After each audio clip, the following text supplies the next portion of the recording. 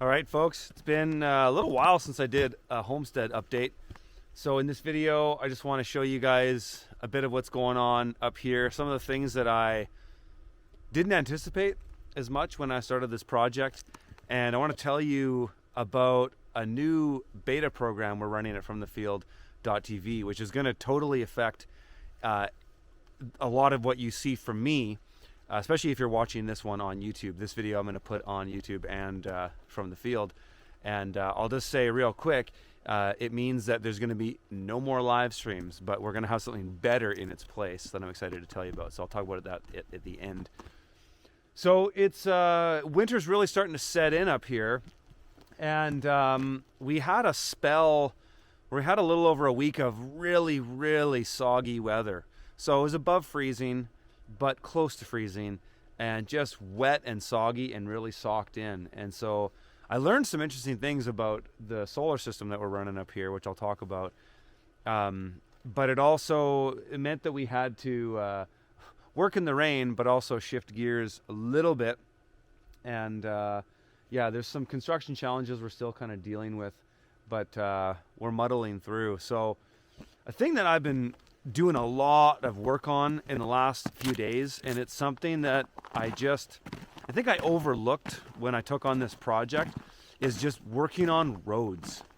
I've probably spent about 20 grand Canadian on our roads here, and you know, our biggest challenge on this property is access. And yeah, I've done a lot of consulting over the years, and for a lot of farms that's actually a pretty common challenge. But, you know, I don't have as much experience in construction as I do with farming. And so it's something that I just kind of overlooked.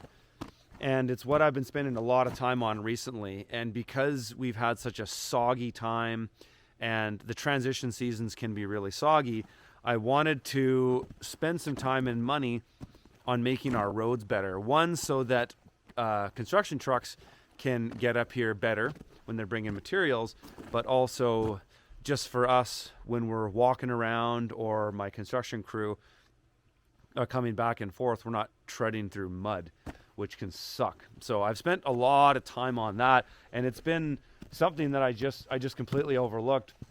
There's actually kind of three big challenges we have on this property because we're on top of a mountain. And as beautiful as it is and as private as it is, our challenges are, number one, access. That's been a challenge. Our driveway is just about 1 kilometer long. It goes straight up. It climbs a little over 100 feet in elevation, and there's 4 switchbacks. Actually, I think it's probably 200 feet in elevation. It climbs. It takes us to the top of this mountain almost. So it's been access. The other thing that's been a real challenge is our soil and what we deal with material, and that's just rock. Everything on this site is rocky. The only place where I don't have rocky soil are in my pond sites. And next season we'll be working on those a lot more because I've got, I'm just about to pull the trigger on a Kubota 040 mini excavator with steel tracks.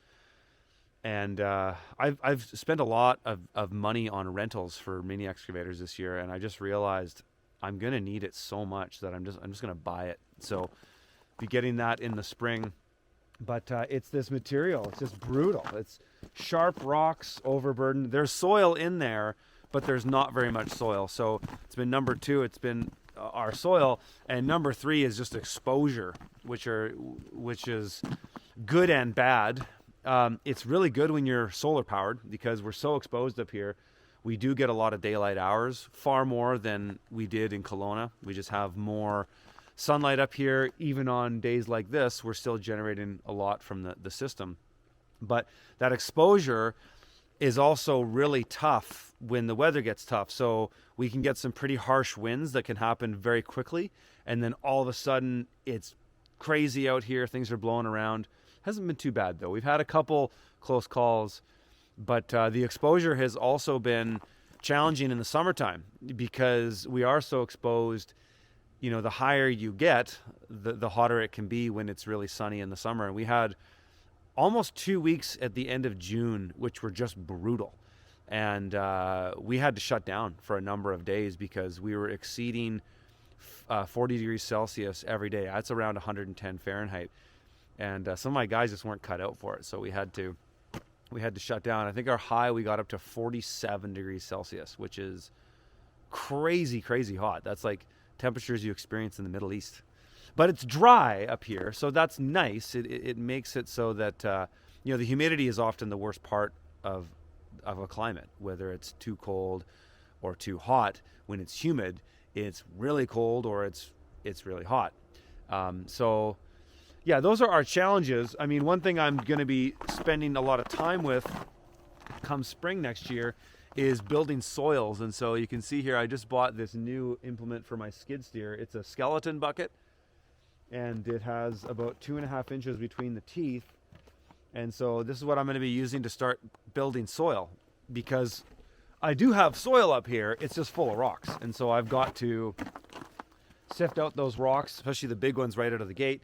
And then I'll have a finer material, which I'll put through another type of soil screen, which I'm going to build.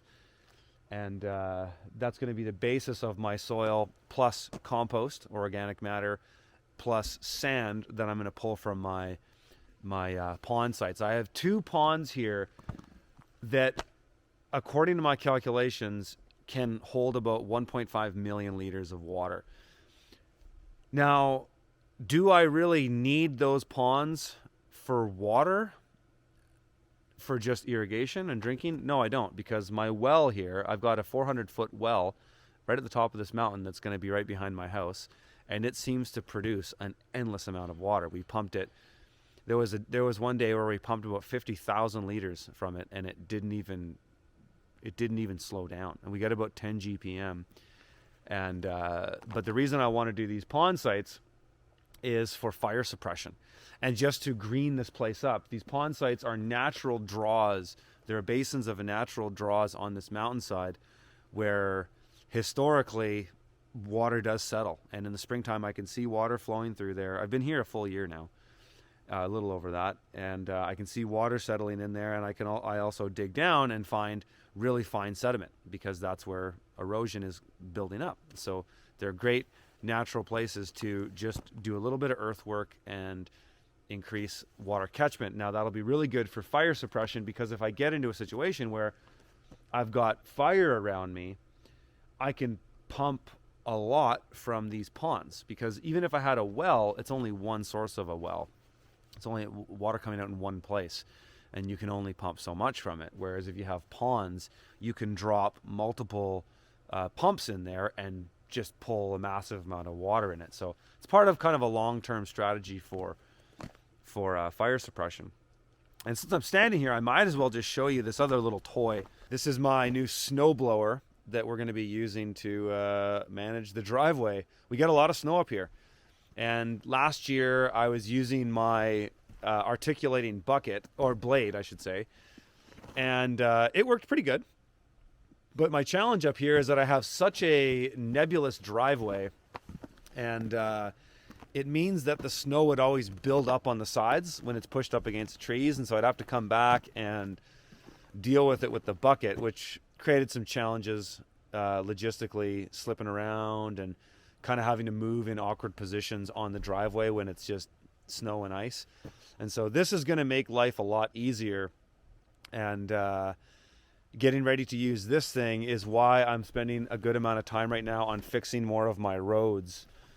And we've got 3 hydraulic points on this. So the hood is hydraulic, the chute is hydraulic, turning left or right, and then of course the main whatever this part is called itself is all hydraulic.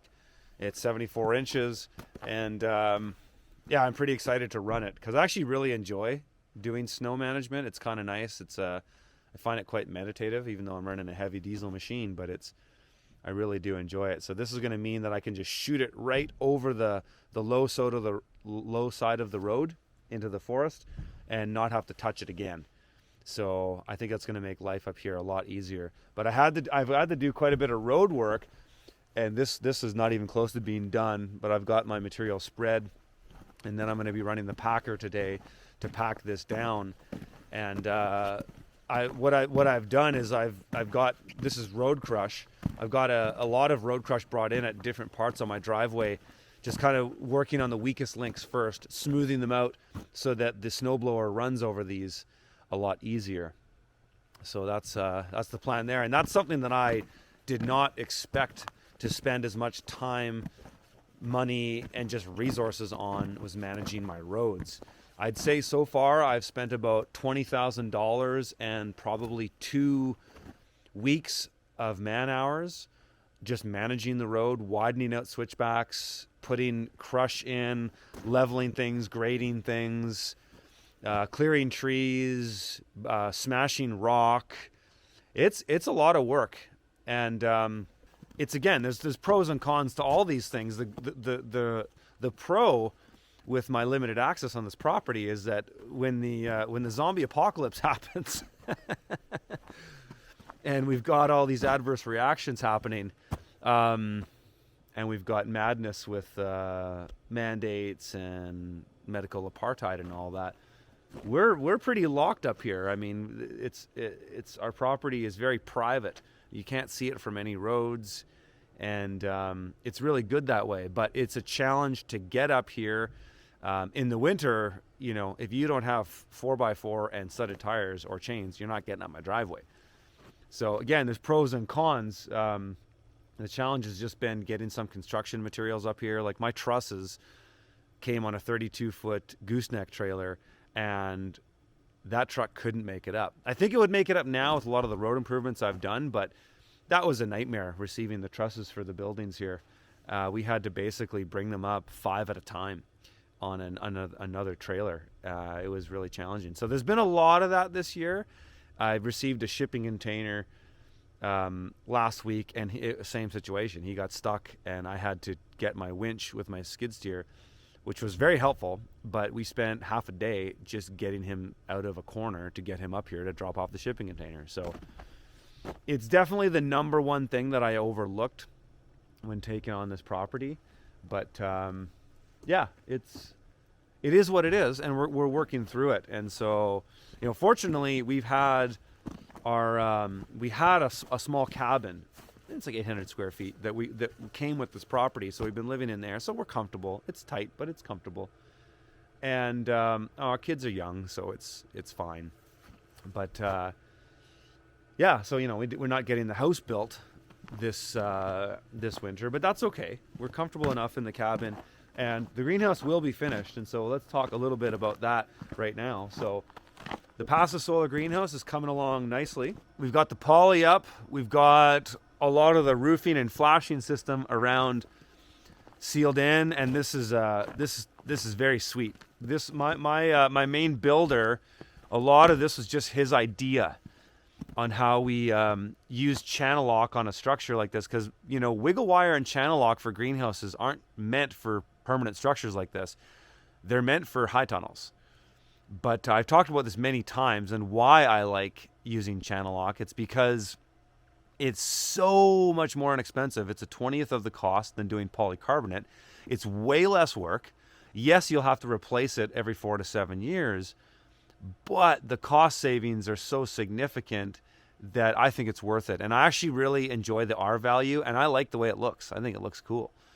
So we've got our double layer poly there, and it's blowing air between them. Right now it's really frosted up because it's blowing really cold air in here, and this isn't totally buttoned up. But my windows don't arrive for another couple weeks. So we're just putting poly around here to seal the building up, and we're starting to do our insulation right now. And so you can see we just kind of poke in here through this one window that's still open. We're starting to get the insulation in. And then we can poly the walls and start sealing this up. And then once the windows come, the poly comes off, windows go in, and then we can go from there. We'll probably get siding. We might get the siding up here this winter too. We'll see. We'll just see how the conditions are. If we can't, we'll just Tyvek the rest of it, and we can get through a winter that way. But what we've decided to do for siding is do all steel. It's going to look hardcore. And we're going to use the corrugated galvalume. I built a fence. You might remember if you watch my videos long enough and you've seen my urban homesteading videos in Kelowna, I used the same material on a fence that I built there. And that's what we're going to do on the house and the greenhouse. It's all going to be steel. There's a couple reasons that I decided to go for that. One is, first and foremost, fire protection. It's going to make the building so much more impervious to fire. It's also really low maintenance. By putting steel cladding on a building, it's super low maintenance. Doesn't really need to have anything done to it. I was originally going to do hardy plank, but hardy plank does require some maintenance. The other thing that I like about doing this with steel is it's actually very not intensive for labor. You kind of cut these sheets and throw them up. Hardy plank, you got to go in and level each piece, and it's a lot of work. And just, fourth is just durability. It's a really, really durable product. It doesn't rust. It looks cool. There's a lot of reasons why. And actually, ultimately, it's cheaper. Hardy plank is hard to get right now. I like hardy plank. But, when I put all these things together, thinking about what we wanted, it just made the most amount of sense. Well, of course, we're going to trim the windows. We're going to do that with rough saw fir that I can mill myself here with our mill. And that'll be the only wood on it, really. So the building will just be steel. Now you can see our flashing details and all this around the channel lock. If you go back in some of the previous vlogs recently, you'll see what we did there. And it's great. We've seen this building just take a hammering with water and rain, and water sheds really nicely. Nothing gets inside the channel lock.